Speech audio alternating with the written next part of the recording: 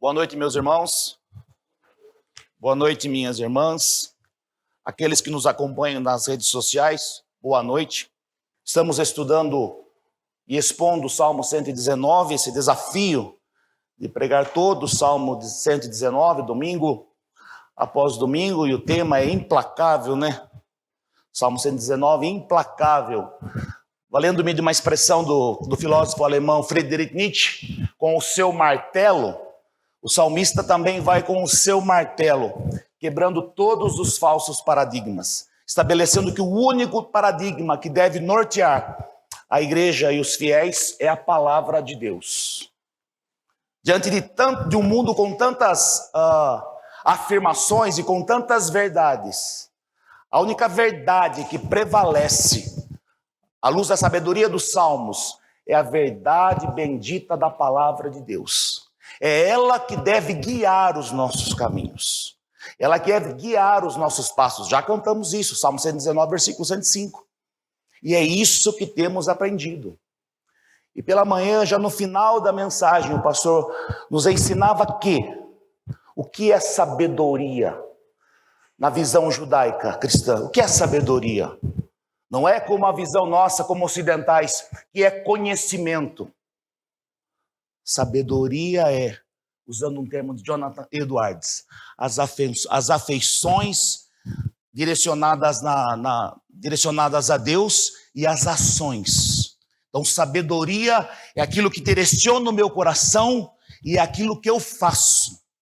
Não é conhecimento. Nós ocidentais temos que uma pessoa sábia é uma pessoa que tem o quê? Muito conhecimento. Na sabedoria bíblica judaica, não. Sabedoria é aquele que tem os seus afetos orientados na direção correta e as suas ações orientadas na direção correta. E é isso que nós temos compartilhado, e é isso que eu quero falar um pouco com vocês nesta noite, no Salmo 119, a perícope que eu vou pregar é do versículo 105 a 112. Salmo 119, 105 a 112. O versículo 105, extremamente conhecido de todos nós. Lâmpada para os meus pés é a tua palavra, e luz para os meus caminhos. Lâmpada para os meus pés é a tua palavra, e luz para os meus caminhos. Jurei e confirmei o juramento de guardar os teus retos juízos. Estou aflitíssimo. Vivifica-me, Senhor, segundo a tua palavra. Aceita, Senhor, a espontânea oferenda dos meus lábios e ensina-me os teus juízos. Estou de contínuo em perigo de vida, todavia não me esqueço da tua lei.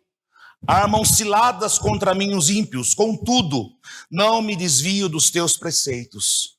Os teus testemunhos recebi-os por legado perpétuo, porque me constitui o prazer do coração. Induzo o coração a guardar os teus decretos para sempre, até o fim. Vamos orar mais uma vez, meus irmãos? Senhor, em nome de Jesus, estamos aqui, o teu povo, para louvar, bendizer e cultuar o Senhor. Fazer aquilo para o qual fomos chamados. Fazer aquilo pelo qual o Senhor pagou alto preço na cruz do Calvário.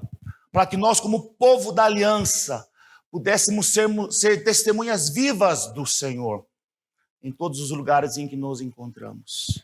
E nessa hora onde já te adoramos, te bendizemos, confessamos os nossos pecados, manifestamos a nossa gratidão com os nossos dízimos e a nossa oferta, queremos agora pedir, ó Deus, em nome de Jesus, que o Senhor venha a falar aos nossos corações através da sabedoria do texto lido, da sabedoria bíblica dos Salmos, Senhor, para que nós possamos adquirir isso, uma sabedoria que orienta os nossos corações, as nossas afeições, que produz através das nossas ações atos concretos de justiça, Senhor. Por isso, Senhor, eu peço que o Senhor mesmo abra a nossa mente, o nosso coração para compreendermos as tuas verdades. Eu oro que seja assim, em nome de Jesus. Amém. A sabedoria bíblica, então, meus irmãos, determina o modo como os cristãos fazem as suas escolhas. Determina o modo como eles fazem as suas escolhas. Tomamos decisões diariamente. Existem as grandes decisões, as importantes decisões que fazemos em nossa vida, mas tem as decisões que fazemos ordinariamente. E a sabedoria bíblica, ela determina o modo como nós fazemos as nossas escolhas. Ela determina o modo como nós fazemos as nossas escolhas. E a ética bíblica faz o quê? Rege as nossas ações. Porque nós vivemos numa sociedade, estamos inseridos numa cultura cujos valores são diametralmente opostos aos valores do reino de Deus, cuja ética é uma ética oposta à ética da palavra de Deus, cujos valores morais são opostos aos valores da palavra de Deus. Nós conversaremos um pouco sobre isso. E o nosso chamado é esse, de sermos esses referenciais éticos numa sociedade carente de moralidade, carente de princípios que norteiem a existência de maneira segura. E é isso que a sabedoria dos Salmos nos dá. Foi essa sabedoria que a igreja, desde os tempos de Israel, os tempos do Novo Testamento, os pais da igreja, os irmãos reformadores e os dias de hoje, essa sabedoria que tem orientado a igreja a ser conduzida através de outros valores, e não os valores da cultura do mundo. Portanto, temos caminhado de maneira intensa na sabedoria do Salmo 119. Este magistral poema acróstico, baseado em todas as letras do alfabeto hebraico em ordem consecutiva, dividido em 22 estrofes. Como temos aprendido, o salmista apresenta como tema central a palavra de Deus. Quase todos os versículos usam dois sinônimos para esta belíssima repetição: lei, testemunhos, caminhos, preceitos, estatutos, mandamentos, palavra, regras, promessas de Deus. Cada um desses versículos apresenta o quê? A perfeição da palavra de Deus e a importância de não se desviar dela. Cada um dos versículos do Salmo 119, então, apresenta o quê? A perfeição da lei do Senhor. E a importância do quê? De não se desviar dela. De não se desviar dela. Quero citar aqui. Pode, próximo slide. Um teólogo que muito tem me influenciado ultimamente, John Frame. Olha que Frame fala do Salmo 119. O Salmo 119 não é meramente sobre obedecer aos mandamentos de Deus. Ele apresenta um relacionamento altamente pessoal entre o salmista e seu Senhor por meio da palavra. Os testemunhos de Deus são o seu maior prazer. Versículos 15, 16, 24, 47. Sua fonte de admiração, versículo 18. Todos nós já estudamos. Seu objeto de desejo ardente, versículos 20 e 40. O meio de dar a ele dar a ele vida durante uma situação desesperadora, versículos 25 e 50. Sua força na angústia, versículo 28. Seu alvo de adoração, versículo 48. Esperança, 49. Conforto, 50 e 52. Ele canta, versículo 54. A lei de Deus é melhor para ele do que milhares de ouro ou de prata, versículo 72. Tudo isso nós já estudamos. Podemos continuar com esse tipo de exposição até o fim, conforme John Frame nos ensina, caminhando. Andar, portanto, nos caminhos do Senhor tem implicações em todas as áreas da nossa vida. Em todas as áreas da nossa vida. Nada, nada. Não há nenhuma lacuna que não é preenchida e não tem implicação em nossa vida, em andar nos caminhos do Senhor. Tudo o que fazemos tem que ser orientado, guiado, dirigido pela palavra de Deus, pois todas as nossas ações devem ser o quê? Orientadas pela ética bíblica. Todas as nossas ações. Pelos princípios o quê? Normativos da palavra de Deus. Não é tão somente aquilo que eu faço, mas é como eu faço, e determina a forma como eu compreendo a palavra de Deus. Recorrentemente vocês ouvem aqui do púlpito da igreja, que a igreja evangélica brasileira cresce e o seu impacto na sociedade é irrelevante. A resposta está aqui. Porque a ética bíblica, o capital moral, valendo-me de um termo de Ray Kuyper, o capital moral da palavra de Deus não é aplicado no cotidiano e no ordinário da vida. Existe essa dicotomia. Mas andar nos caminhos do Senhor tem implicações em todas as áreas da nossa vida. E quero ler com vocês o Salmo 19, 7 a 10. Que fala da lei do Senhor. Esse poema maravilhoso, que deveríamos tê-lo decor no nosso coração, na nossa mente, diariamente guiando a nossa vida. A lei do Senhor é perfeita e revigora a alma. Os testemunhos do Senhor são dignos de confiança e tornam sábios os inexperientes. Os preceitos do Senhor são justos e dão alegria ao coração. Os mandamentos do Senhor são límpidos e trazem luz aos olhos. Quanta falta de entendimento em nossos dias, meus irmãos. Quanta falta de entendimento. Os mandamentos do Senhor são límpidos e trazem o quê? Luz aos olhos. O temor do Senhor é puro e dura para sempre. As ordenanças do Senhor são verdadeiras, são todas elas justas, são mais desejáveis do que o ouro muito puro. São mais doces do que o mel, do que as gotas do favo. E quantas vezes, meus irmãos, dia após dia, semana após semana, mês após mês, as nossas Bíblias nos nossos lares se encontram como? Como?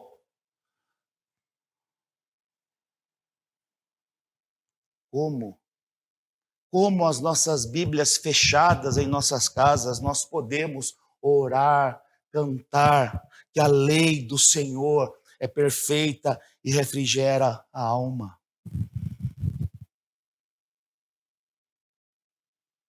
Nós temos um tesouro maravilhoso, a palavra revelada do Senhor, em nosso idioma português. Eu sou de um tempo que a gente lia a Bíblia na Almeida, Revista e Corrigida. Os irmãos lembram disso? Dificílimo de ler. Um upgrade para nós, Almeida, Revista e Atualizada. Hoje, nova versão internacional, nova versão não sei o quê, nova versão acolá, N versões, para trazê-la de maneira mais acessível a nós. Um dos nossos pecados, meus irmãos, é não nos valermos dessa disciplina de diligentemente buscarmos a sabedoria da palavra de Deus. Mas vamos lá, que o tema nosso não é esse hoje. Foi só uma demonstração do presbítero. O que aprendemos com o texto lido, então, meus irmãos? Que a palavra de Deus, ela remodela a nossa maneira de viver. Porque sem Deus, nós vivemos do jeitão que todo mundo vive, fazendo as escolhas segundo princípios estranhos à palavra de Deus, sendo guiado por valores opostos aos princípios da palavra de Deus. Mas em Cristo, a palavra de Deus vai remodelar a nossa maneira de viver, para que aquilo que nós professamos tenha impacto naquilo que nós vivemos. Lâmpada para os meus pés é a tua palavra e luz para os meus caminhos. Queremos destacar 2 movimentos importantes do impacto da palavra de Deus em nossas vidas após a conversão. Ela redefine a forma como fazemos as nossas escolhas. Já disse isso no começo. Luz para os meus caminhos. Então a palavra de Deus, ela vai redefinir a forma como nós fazemos as nossas escolhas. Luz para os meus caminhos. E através do Espírito Santo ela faz o quê? Ela reorienta as escolhas erradas que fizemos no passado. Ok, mas eu já fiz escolhas erradas no passado, antes de Cristo. Ok. O que a palavra de Deus fará após a conversão? Reorientará as suas escolhas. Você terá uma nova forma de compreendê-las. Novos valores foram agregados a você. Aprendemos nessa manhã que a sabedoria bíblica dá sabedoria a quem? Aos que são simples. Aos que são simples. A palavra de Deus irá responder a seguinte pergunta: o que devemos fazer? Então, ela redefine a forma como nós fazemos as nossas escolhas, respondendo a seguinte pergunta: o que devemos fazer? Ou nunca vivemos essa situação em que temos que responder essa questão: o que devemos fazer diante do acontecido? O que devemos fazer diante dessa realidade? O que devemos fazer? O piloto automático nos leva a tomar qual decisão? Qual escolha nós fazemos no piloto automático? A escolha do senso comum. E qual é a escolha do senso comum? Qual é a escolha do senso comum? É a escolha da cultura dos nossos dias. É isso. Então ela redefine a forma como nós fazemos as nossas escolhas. Teste. Rápido. Como nós orientamos os nossos filhos a fazerem as suas escolhas profissionais? Somos crentes. Sou pai de 2 maravilhosas, os irmãos sabem disso. 2 meninas lindas. Como nós orientamos os nossos filhos a fazerem as suas escolhas profissionais? Jovens, como vocês fazem as suas escolhas profissionais? Como nós orientamos os nossos filhos a fazerem as suas escolhas? Eu estava lendo um livro do John Piper, não lembro qual, porque ele escreve sempre mais ou menos igual. Tem 10, 15, 20 livros, o assunto é o mesmo, só muda a capa e o título. E Piper dizia isso. Como você tem orientado a escolha profissional dos seus filhos? Quais são os valores que têm nos norteado na nossa orientação para os nossos filhos? Quais são? O que é uma boa profissão para nós? Eu pergunto. Olhe como é difícil, meus irmãos. O que é uma boa profissão para nós? O que é uma boa carreira profissional para nós? O que é? Quando a gente percebe que o nosso filho tem uma certa aptidão para a escola, o que a gente pensa? Podem falar, meus irmãos. Estamos entre irmãos. Vai ser médico. Porque médico, a gente pensa o quê? Está com o futuro? O que é um bom? Eu tenho 2 filhas solteiras. O que é um bom partido para as meninas? O que orienta o Sebastião, o presbítero, na hora que ele está analisando os futuros genros? O que é importante? Irmãos, está vendo como pega a gente?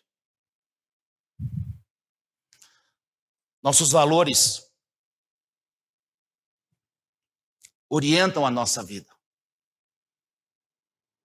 Uma nova forma de compreender a vida nasce com a nova vida em Cristo Jesus.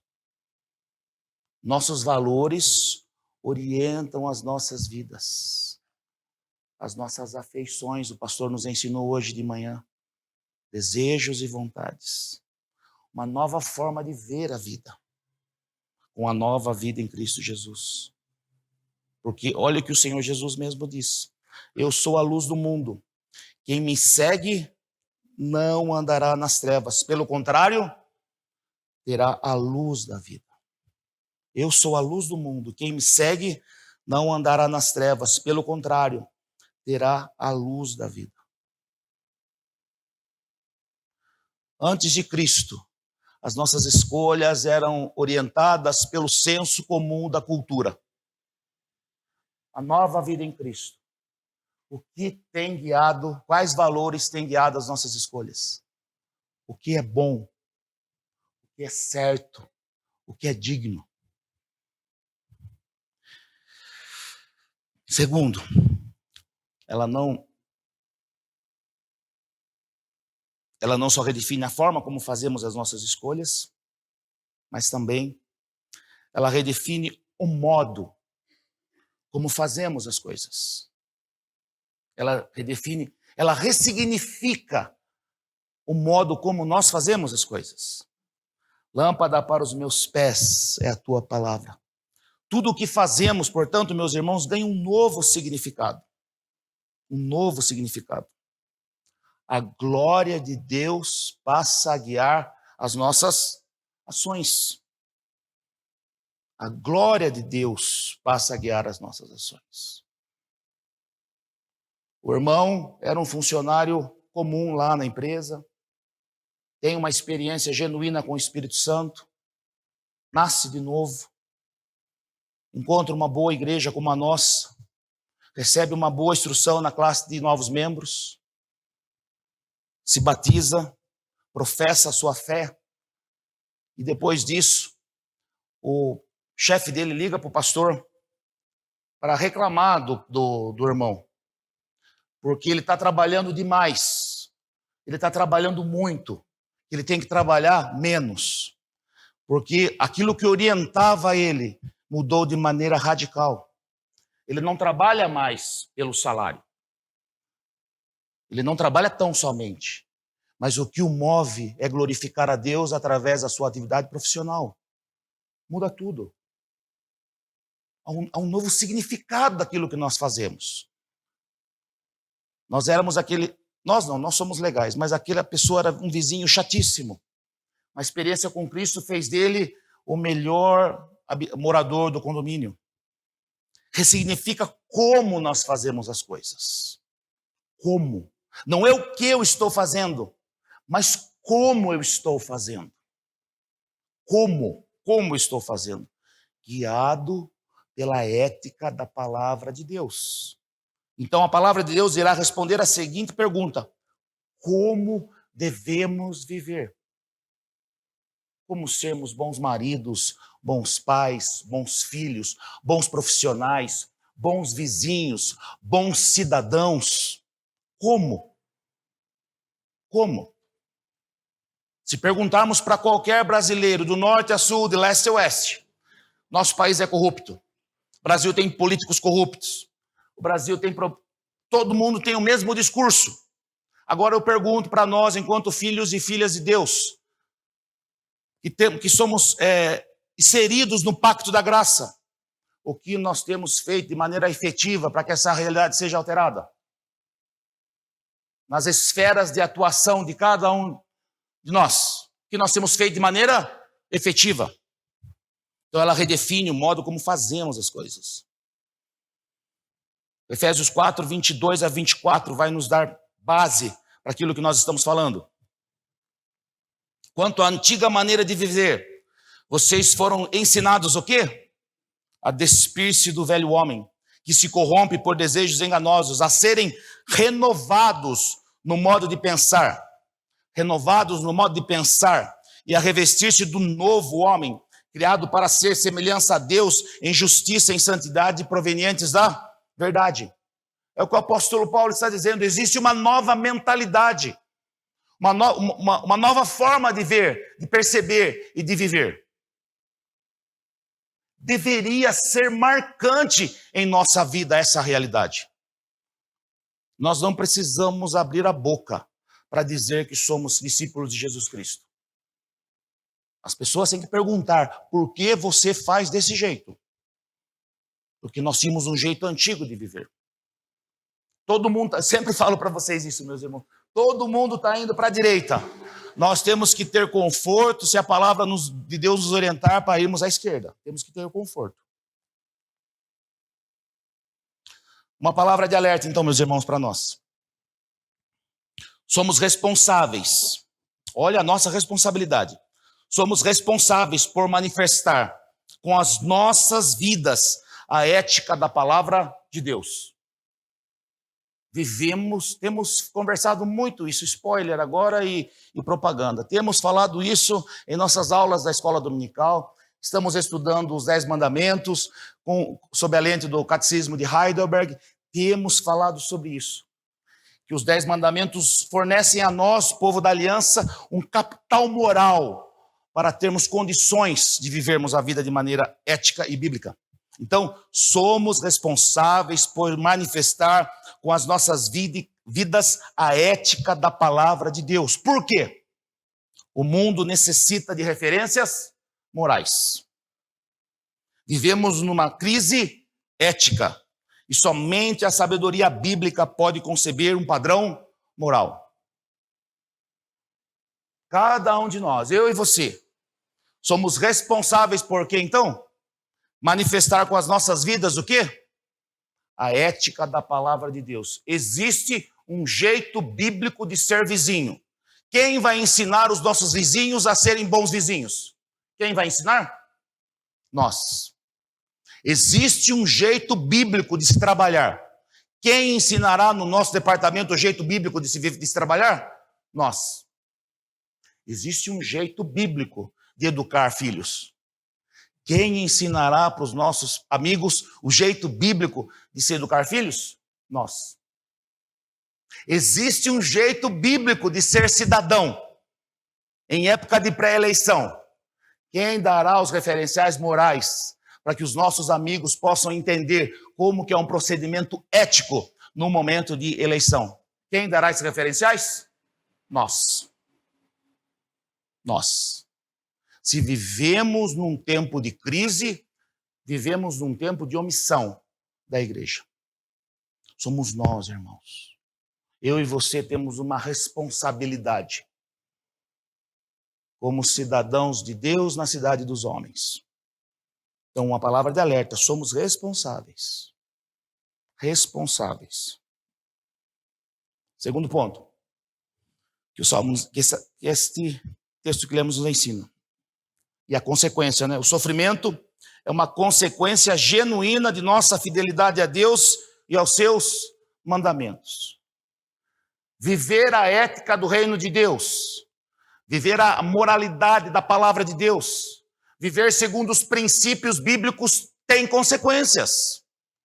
Tem consequências. E o salmista está vivendo um momento de crise por conta da sua ética, por conta da forma como ele vivia. Jurei e confirmei o juramento de guardar os seus juízos. E qual a consequência dessa fidelidade? Estou aflitíssimo. Vivifica-me, Senhor, segundo a tua palavra. Versículo 106, 107. E 109, 110. Estou de contínuo em perigo de vida, todavia não me esqueço da tua lei. Armam ciladas contra mim os ímpios. Quantos testemunhos de irmãos que trabalham diligentemente, testemunham a sua fé através do exercício das suas atividades profissionais. Quantos testemunhos de irmãos que são perseguidos, não recebem promoção, são preteridos na ascensão da sua carreira profissional? Quantos irmãos? 2 movimentos nisso aí também. Nossa profissão de fé. Nossa profissão de fé é o nosso juramento de fidelidade a Deus diante da igreja e diante dos homens. Nós fizemos esse juramento. Nós fizemos esse juramento no momento da nossa profissão de fé. A nossa fidelidade a Deus. A nossa fidelidade a Deus diante da igreja e diante dos homens. Jurei e confirmei o juramento de guardar os teus retos juízos. Então nós temos esse compromisso de fidelidade. Nós fizemos isso quando professamos a nossa fé. É um juramento que fizemos. De vivermos assim, mesmo diante do sofrimento. Dietrich Bonhoeffer, o preço do discipulado. Existem consequências, existe perseguição, existe luta. Não é fácil, meus irmãos, ser íntegro num país chamado Brasil. Não é fácil você exercer a sua atividade profissional, não é fácil. Não é fácil. É dificílimo. E se você for comerciante ou empreendedor, que nem eu, ao quadrado. Vamos lá. Segundo movimento, nossa obediência aos mandamentos de Deus implica em o quê? Confronto com a cultura secular e, consequentemente, perseguição e sofrimento. Necessariamente confronto. Confronto. Se fosseis do mundo, o mundo amaria o que era seu. Como todavia não sois do mundo, pelo contrário, dele vos escolhi, por isso o mundo faz o quê? O mundo nos odeia. A nossa obediência, então, aos mandamentos de Deus implica em o quê? Confronto. Qual foi a última vez que você, exercendo a sua cidadania dos céus na terra, você, cheio da sabedoria bíblica, da ética do reino de Deus, confrontou alguém na sua vida? Confrontou. Assim não se faz. Assim não deve ser feito. O padrão que rege a minha vida e a minha ética é outro. É outro. Mas você vai ter prejuízo. Ok. Sem problema. Sem problema. Então a nossa obediência aos mandamentos de Deus implica em confronto com a cultura secular. Irmãos, nós devemos nos questionar se a nossa vida como discípulos de Cristo está meio tranquila demais, tudo numa boa, super acomodados. Nós temos que nos questionar. Diariamente nós somos confrontados. Diariamente. O presbítero está exagerando. Não estou exagerando. Diariamente a nossa ética é posta em xeque. Diariamente nós somos provados. Nossos jovens solteiros estão aqui para confirmar o que o presbítero está falando. Diariamente a ética, a Bíblia de pureza e santidade deles é posta em xeque. Diariamente. Todos os dias. No exercício da nossa atividade profissional, todos os dias propostas indecorosas são feitas para nós. Todos os dias. Confronto. As promessas da palavra de Deus sustentaram o salmista no tempo da aflição e do mesmo modo nos sustentam hoje. As promessas da palavra de Deus sustentaram o salmista no tempo da aflição e do mesmo modo nos sustentam hoje. Vivifica-me, Senhor, segundo a tua palavra. E aqui é algo muito importante, meus irmãos, para nós. Diante do sofrimento, diante das dificuldades, diante das perseguições, nós não negociamos valores. Não negociamos valores. Não devemos ser influenciados pelo espírito do nosso tempo. Nós não negociamos valores. Nós não fazemos parceria com o pecado. Se você não fizer isso, você vai ser mandado embora. Experiência de N irmãos também que nós já ouvimos. Ok. Quem nos sustenta, meus irmãos? Quem nos sustenta? Quem garante o provimento necessário para a nossa vida? Estou de contínuo em perigo de vida, todavia não me esqueço da tua lei. Estou de contínuo em perigo de vida, todavia não me esqueço da tua lei. Armam ciladas contra mim os ímpios, contudo, não me desvio dos seus preceitos. Nós não negociamos valores. O que é o jeitinho facilitador do brasileiro? O que é? O que é o jeitinho do brasileiro? Negociar valores. O que é ter facilidades? É fazer do modo errado. É fazer guiado pelo espírito do nosso tempo. Só para não nos esquecermos. Por que nós enfrentamos isso? Porque a realidade da eternidade nos fortalece no tempo do sofrimento. Por mais difíceis que sejam as lutas, as perseguições e as provas, nós como povo da aliança, nós contemplamos a eternidade. E ela nos fortalece no tempo do sofrimento. Paulo vai nos ajudar nisso. Porque para mim tenho por certo que os sofrimentos do presente tempo,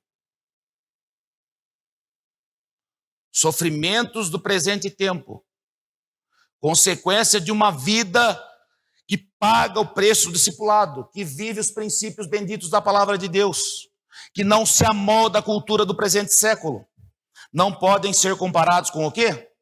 Com a glória a ser revelada em nós, Romanos 8,18.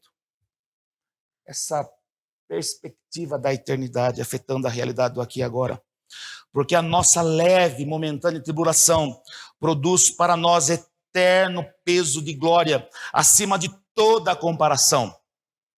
Não atentando nós nas coisas que se veem, mas nas que se não veem, porque as que se veem são temporais e as que se não veem são eternas. Acima de toda a comparação. Não existe, é incomparável aquilo que está nos aguardando em Cristo Jesus na eternidade. Terceiro, a resposta da fidelidade a Deus no meio das dificuldades da provação é o quê? A adoração. Essa semana nós estávamos orando por uma amiga da irmã de uma amiga nossa que faz o nosso curso lá de teologia. Câncer já em estado terminal, sem chance nenhuma, a irmã é missionária na África do Sul, com problemas de visto, não pode vir para o Brasil, e a irmã já em estado terminal, e a irmã faleceu. E essa irmã, a Lorena, escreveu uma poesia tão bonita lá na rede social dela, e eu conversei com ela um pouquinho rapidamente, que mesmo diante da dor e do sofrimento, a resposta dela foi a adoração. A resposta foi a adoração, porque a sua irmã pertencia ao Senhor. Ela era amada pelo Senhor. O câncer tirou da Lorena, um pouco mais de tempo com a sua irmã. Mas o consolo é que a sua irmã estava com o Senhor. Então a resposta daquele que vive a sabedoria bíblica diante do sofrimento é adoração. Aceita, Senhor, a espontânea oferenda dos meus lábios e ensina-me os teus juízos, versículo 109. Os teus testemunhos recebi por legado perpétuo, porque me constitui o prazer do meu coração.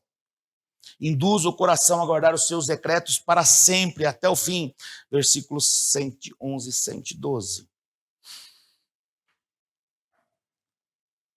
Diante do sofrimento, a resposta da maturidade cristã é o quê?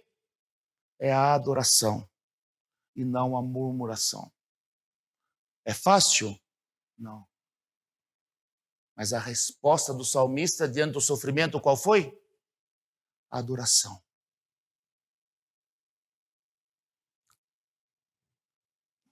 A cultura da pressa, fast, torna todas as coisas efêmeras, tudo é passageiro.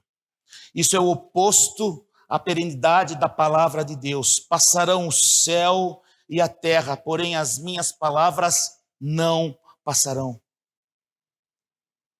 Nós vivemos na cultura do imediatismo, da pressa.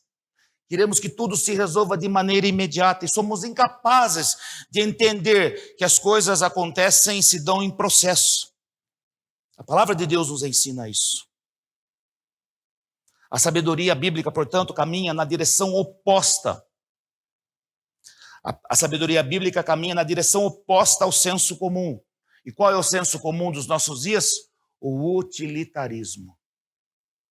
Pois o salmista faz a seguinte afirmação: dispus o meu coração a cumprir todos os teus decretos. Como? Até o fim. A cultura do nosso tempo utilitarista é assim: funciona, continua, deu certo, é bom. E a sabedoria bíblica diz o quê? Dispus o meu coração para cumprir os teus decretos até o fim. Não é uma questão de certo ou errado.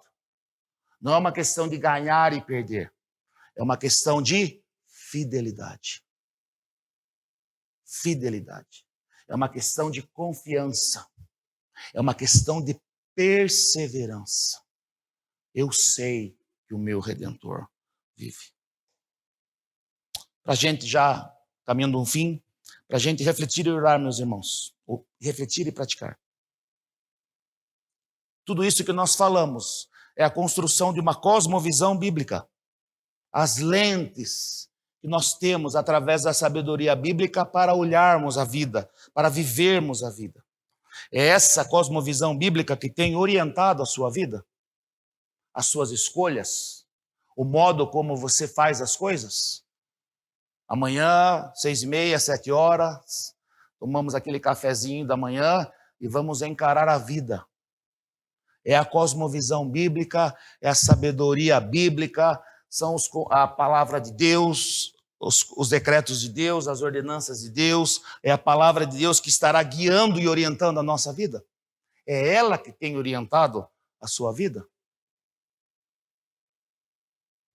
Pensem. O que você tem feito quando é tentado a negociar os valores cristãos? Qual é a sua reação? Quando você é tentado a negociar os valores bíblicos, os valores cristãos. Pô, mas se fizer assim, é mais rápido. Se fizer assim, é menos custoso. Se fizer assim, acontece. Se você não fizer isso, eu não vou ficar com você. Se você não fizer isso, a promoção não acontece. O que você tem feito? Diante do sofrimento, qual tem sido a sua reação? Diante do sofrimento, qual tem sido a sua reação? Lâmpada para os meus pés é a tua palavra e luz para o meu caminho. Deus muito os abençoe, meus irmãos. Vamos receber a bênção, então?